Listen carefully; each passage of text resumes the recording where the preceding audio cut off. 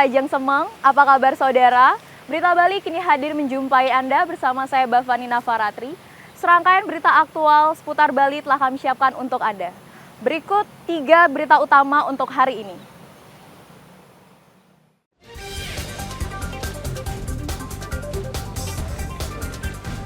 Polisi menangkap perbekal Bongkase dalam operasi tangkap tangan di kawasan pusat pemerintahan Kabupaten Badung.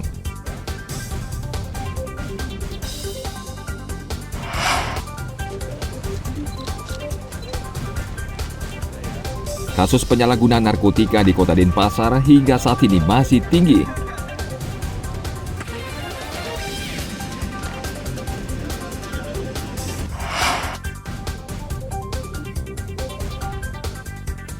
Anak-anak di desa Batuan Gianyar sejak dini belajar melukis.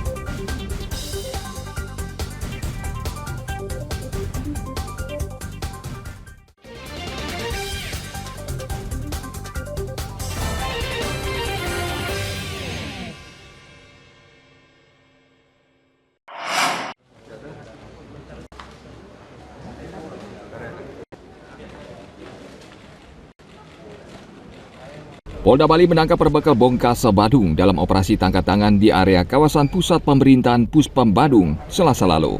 Tersangka diduga menerima uang senilai 20 juta rupiah untuk pembayaran proyek anggaran pendapatan belanja desa atau APBDes Bongkase tahun anggaran 2024. Tersangka ditangkap ketika keluar dari ruang rapat untuk bertemu seseorang yang akan memberikan fee atau komisi. Kasubdit 3 Tipikor Ditkrimsus Polda Bali, AKBP Arif Batubara dalam keterangan pers pada Rabu lalu menyebutkan, modus tindak pidana korupsi yang dilakukan tersangka yakni dengan menunda pembayaran dana proyek kepada kontraktor atau pelaksana proyek yang bernilai 2,5 miliar rupiah. Modus pelaku tidak segera memproses pengajuan termin yang diajukan oleh penyedia kontraktor dengan cara menunda penandatanganan surat perintah pembayaran atau SPP dan tidak melakukan autorisasi pada sistem Bank Bali atau IBB sebelum ada kesanggupan dan kesepakatan untuk memberikan fee, sehingga dana termin yang diajukan oleh kontraktor belum bisa ditransfer ke rekeningnya. Polisi kini masih melakukan penyelidikan lebih mendalam terhadap tindak pidana korupsi yang dilakukan tersangka. Petugas menjerat tersangka dengan undang-undang tentang tindak pidana korupsi dengan ancaman pidana penjara hingga 20 tahun dan denda hingga 1 miliar rupiah. Tim Liputan melaporkan dari Kota Denpasar. 14 tahun yang masih sekolah ya. Satreskrim Polres Jembrana akhir pekan lalu menangkap seorang remaja berusia 19 tahun yang kepergok menyetubuhi seorang anak yang masih di bawah umur. Kepada penyidik, tersangka mengaku sejak Februari lalu, ia menyetubuhi korban 5 kali di berbagai lokasi di wilayah desa Yeh Embang, Jembrana. Terakhir, ia melakukannya pada tanggal 1 November lalu di sebuah pantai di wilayah Yeh Embang, Mendoyo. Sebelum diamankan polisi, tersangka kepergok warga ketika berhubungan badan di dalam kamar mandi. Ia mengaku membujuk korban dengan berbagai cara agar mau menuruti nafsu bejatnya.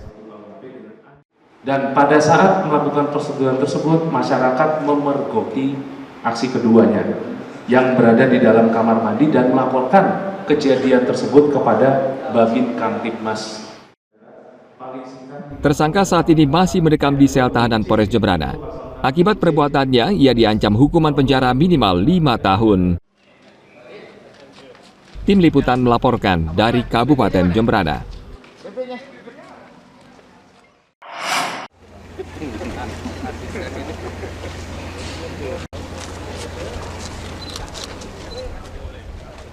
Jumlah kasus penyalahgunaan narkotika di Kota Denpasar hingga saat ini masih tinggi.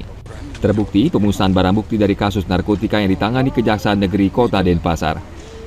Menurut Kepala Kejaksaan Negeri Denpasar, Agus Setiadi, sejauh ini proses peradilan terhadap kasus narkotika di Kota Denpasar sudah berjalan baik.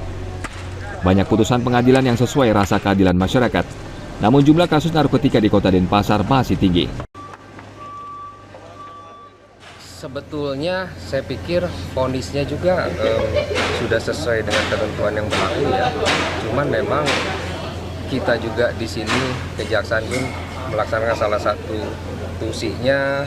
Kita juga sering mengadakan penyuluhan hukum ke Banjar-Banjar, ke sekolah-sekolah tentang bahaya narkoba, tapi ya masih tetap angka penyalahgunanya masih lumayan juga tinggi. Hingga semester kedua tahun ini, perkara narkoba menduduki posisi terbanyak, yakni 160 tindak pidana orang dan harta benda, serta tindak pidana lainnya. Barang bukti yang dimusnahkan Kejaksaan Negeri Denpasar antara lain ekstasi 12 kg, ganja 5 kg, cairan narkotika 18 buah, 4.700 tablet obat kuat, tembakau sintetis, hingga senjata api, serta berbagai macam merek obat-obatan. Tim Liputan melaporkan dari Kota Denpasar.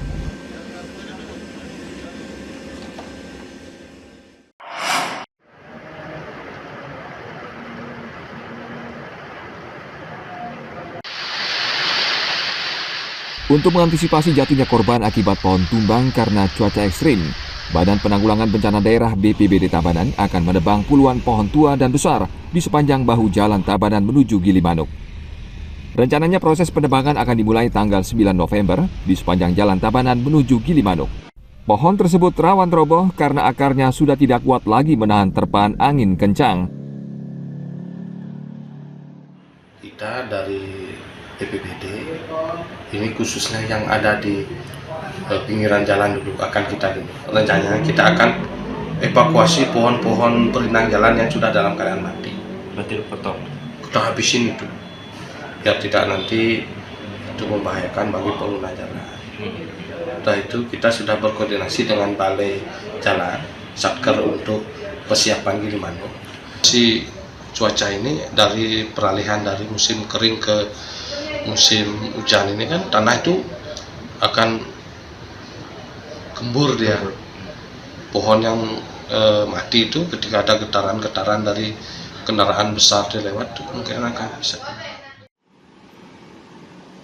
Selain pohon tua, Badan Penanggulangan Bencana Daerah juga memperingatkan warga agar waspada dengan tanda longsor dan banjir saat cuaca ekstrim. Tim Liputan melaporkan dari Kabupaten Tabanan.